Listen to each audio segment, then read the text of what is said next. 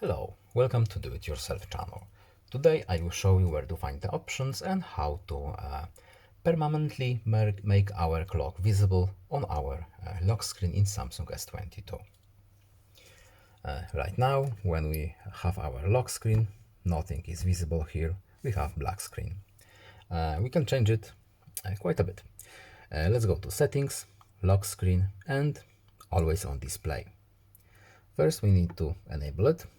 And let's say we always want our clock to be visible. We can change our clock style. Let's leave it as it was, white. And let's see how does it work now. So our screen is locked and our clock is visible even if our screen is locked and our phone is asleep. That's it. I hope this video was helpful to you. Please leave a like and subscribe. Have a nice day and see you in the next video. Goodbye.